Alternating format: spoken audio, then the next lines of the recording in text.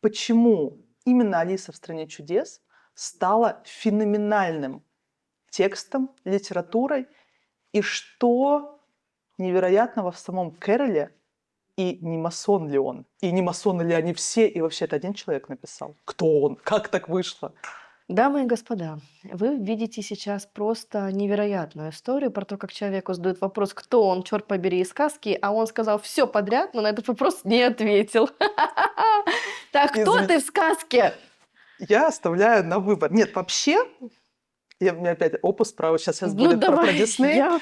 Я про Диснея попозже расскажу, потому что и Уолта Диснея на самом деле коротнула «Алиса в стране чудес». И, в общем-то, его карьера началась тоже с «Алисы в стране чудес». И не с той, которая была снята потом в его студии, а та, которая была сделана в 1924 году. Немая, черно-белая, с мультиком и вставками живой девочки. Но это попозже, это другая история. Кто я в этой сказке?